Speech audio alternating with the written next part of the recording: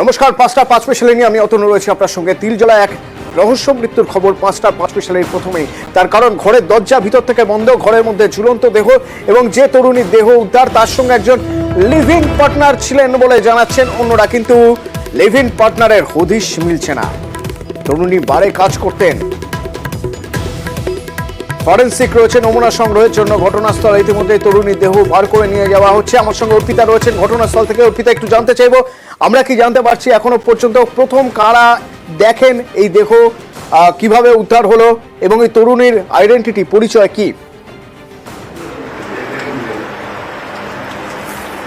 দেখো, পুলিশ সূত্র থেকে খবর যে এই তিলজলায় আজকে দুপুর বেলায় কয়েকজন এখানকার প্রতিবেশী তারা ফোন করে পুলিশকে এবং পুলিশ এসে দেখে যে ঘরের যে দরজা সেটা বাইরে থেকে এই হ্যাশবোল্টটা টানা ছিল।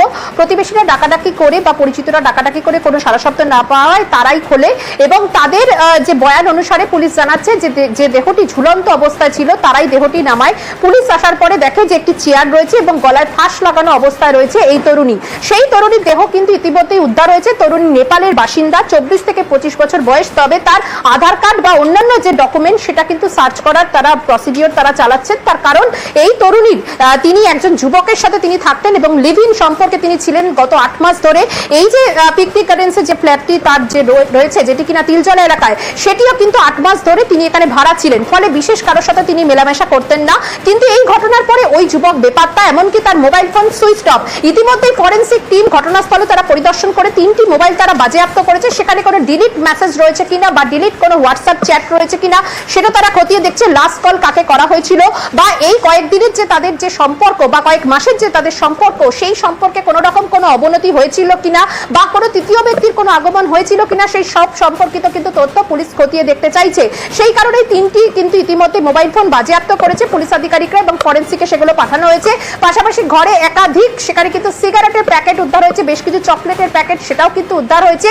এবং এই যে তরুণী, আশপাশের বাসিন্দারা জানাচ্ছেন যে ভোর ৪টে নাগাদ কিন্তু মাঝে মধ্যেই তিনি কাজ করে তিনি ফিরতেন হাওড়ার একটি পানশালা এবং সেখানে একটি হোটেলে তিনি কাজ করতেন বলে জানা যাচ্ছে।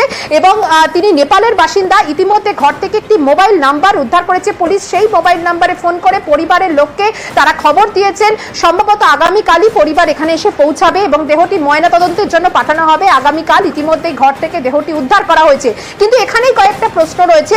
এক, প্রথমত যে এই ঘটনা কিভাবে ঘটলো, অর্থাৎ তরুণীর মৃত্যু কিভাবে ঘটলো, অর্থাৎ তাহলে কি এটা আত্মহত্যা নাকি খুন নাকি কোনো রয়েছে অন্য কোনোভাবে মৃত্যু। অর্থাৎ তরুণীর এই মৃত্যু নিয়ে কিন্তু একটা ধোঁয়াশা রয়েছে, সেই ইঙ্গিত কিন্তু দিয়েছে ফরেন্সিক থেকে পুলিশ আধিকারিকরা সকলেই। এবং তার পাশাপাশি এখানে যে সিসি ক্যামেরার যে ফুটেজ, সেই ফুটেজ একেবারে কিন্তু সামনে রয়েছে ঘরে, যেখানে অর্থাৎ এই ফ্ল্যাটে ঢোকার সময় সেই ফ্ল্যাটে কারা বা কে ঢুকেছিল বা কে বেরিয়েছিল, কখন বেরিয়েছিল, সেই সমস্ত ফুটেজ কিন্তু পুলিশ সংগ্রহ করবে। পাশাপাশি এই যে যুবক যার সাথে তিনি লিভ ইন সম্পর্কে ছিলেন, সেই যুবক এখন কোথায়, অর্থাৎ ঘটনার পর তিনি পলাতক কেন? যদি এই তরুণী আত্মহত্যাই করে থাকেন তাহলে এই যুবক তাহলে বেপাত্তা কেন, কেন তার মোবাইলে সুইচ অফ রয়েছে, সেই সম্পর্কিত তথ্য কিন্তু পুলিশ ইতিমধ্যেই তারা কিন্তু খতিয়ে দেখতে চাইছে। যেহেতু দেহটি আগেই নামানো হয়ে গেছিল, ফলে পুলিশ এখনো অবধি সংশয় রয়েছে যে এটি আত্মহত্যা নাকি খুন, সেই বিষয়টা নিয়ে কিন্তু এখনো অবধি রহস্য দানা বেঁধে রয়েছে। ধন্যবাদ। মোটামুটি পড়েছে যে মানে যে রুমটা বা পাশের যে রুমটা আছে তারটাই বলা যেত পুরোটাই ডিসঅর্ডার কন্ডিশনে পড়ে আছে। বডিতে গলাতে কিছু মার্ক দেখা গেছে, বাট পিএম হলে এটা ফাইনাল বোঝা যাবে কি জন্য মারা গেল। না না না, এখনো পর্যন্ত শিওর বলা যাচ্ছে না যে এটা কিভাবে মারা গেছে। তিনখানা মোবাইল পেয়েছে, এগুলো বাজেয়াপ্ত করেছি। একটা চেয়ার, পাখার তলার চেয়ার ছিল, বাজেয়াপ্ত করেছি। না, মেয়েটি একা না, যেটা শোনা যাচ্ছে তাতে ও লিভ টুগেদার করতো, একজন থাকতো মেয়েটির সঙ্গে। তাকে পাওয়া যাচ্ছে না, তার মোবাইল সুইচ অফ আছে বলছেন। ব্যস্ত সময়,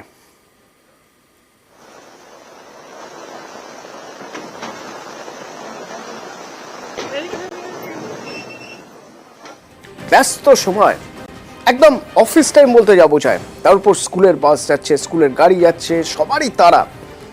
নিউ টাউন থেকে ভিআইপি রোড যেতে গেলে অত্যন্ত গুরুত্বপূর্ণ জগৎপুরের রাস্তা, সেই রাস্তার মাঝখানে তখন মাটি ফেলছেন কয়েকজন। ব্যাস, রাস্তা গেল জ্যাম হয়ে। কিন্তু এটা তো মাটি ফেলার সময় নয়, তার জন্য তো সময় রয়েছে রাতে। এই সময় মাটি ফেলছেন কিভাবে আমরা প্রশ্ন তুলেছিলাম, এই ছবি আমরা দেখিয়েছিলাম এবং তখন পুলিশ পৌঁছে যায় এলাকায়। এবার শুনুন পুলিশ পৌঁছানোর পর কি হলো, কি বললেন তিনি? আগে কি নজরদারিতে অভাব ছিল কোনো? বলতে পারছি না কারা এটা করেছে। কয়েকটা নাম আমাদের মাঝখানে এসছে, আমরা শুনতে পেয়েছি, আমরা দেখছি, তাদেরকে ডাকাডাকি করবো, আমরা ব্যবস্থা নেবো তাদের বিরুদ্ধে। গ্রেপ্তার করা হবে কি? অবশ্যই পুলিশের আইনের মতো ব্যবস্থা নেবে। প্রত্যেকক্ষেত্রে এই রাস্তায় কি হবে, মাটি বা কোনো রাবিশ কিছু পড়বে মনে হয়? দেখুন, আমরা তো সবসময় চেষ্টা করি, সজাগ থাকি যে এরকম ধরনের কোনো যাতে ইনসিডেন্ট বা এরকম ধরনের কোনো ঘটনা না ঘটে, অগোচরে আর কি আমাদের এরকম পরিস্থিতির সম্মুখীন হতে হয়। যদি আমরা খবর পাই, আমরা লোকাল মারফতে খবর পেয়েছি লোকের কাছ থেকে যে এরকম ধরনের মাটি ফেলেছে আর কি, সাথে সাথে আমরা এসেছি এবং ভ্যান লাগিয়ে। একটা নির্দিষ্ট সময় আছে এরকম কোনো মাটি পড়বে এলাকায় বা যে কোনো কিছু হবে, নির্দিষ্ট সময়, সকালবেলা ব্যস্ত সময় মাটি পড়ছে, এক্ষেত্রে আগামী দিনে কি ব্যবস্থা নিই? আমরা কড়া পদক্ষেপ নেব। পুলিশের অগোচরে হলেও ঘটনা তো ঘটেছে।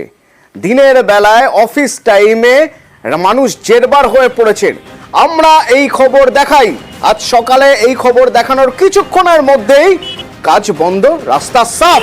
তোলো মাটি তোলো। কার অর্ডারে কে মাটি ফেলাচ্ছে? হ্যাঁ,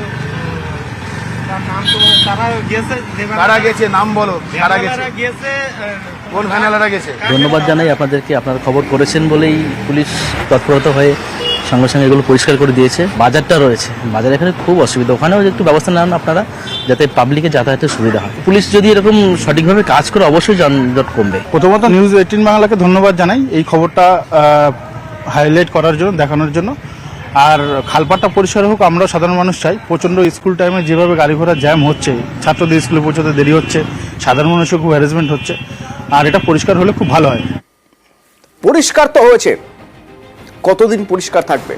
পুলিশ যদি তৎপর না হয় তাহলে আবার আজ বাদে কাল একই অবস্থা হবে। তো পুলিশ কি পদক্ষেপ করলো, এই যে মাটি ব্যবসায়ী তাদের বিরুদ্ধে কি অ্যাকশন নেওয়া হলো? অনুপ প্রতিনিধি আমার সঙ্গে রয়েছেন সরাসরি। অনুপ, আমরা সকালে এই খবর দেখানোর পর দেখলাম যে পুলিশ সেখানে যান এবং যাওয়ার পর তারপরে তত্ত্ব তালাশ শুরু করে দেন। যদিও মেনে নিচ্ছেন যে তাদের অগোচরে এ ঘটনা ঘটেছে, ভবিষ্যতেও হবে না সে গ্যারান্টি কেউ দিতে পারছে না, কিন্তু যদি কড়া পদক্ষেপ করা হয় তাহলে পরবর্তীতে মাটি ব্যবসায়ীরা ভয় পাবেন এই ধরনের কাজ করতে। কি পদক্ষেপ করা হয়েছে?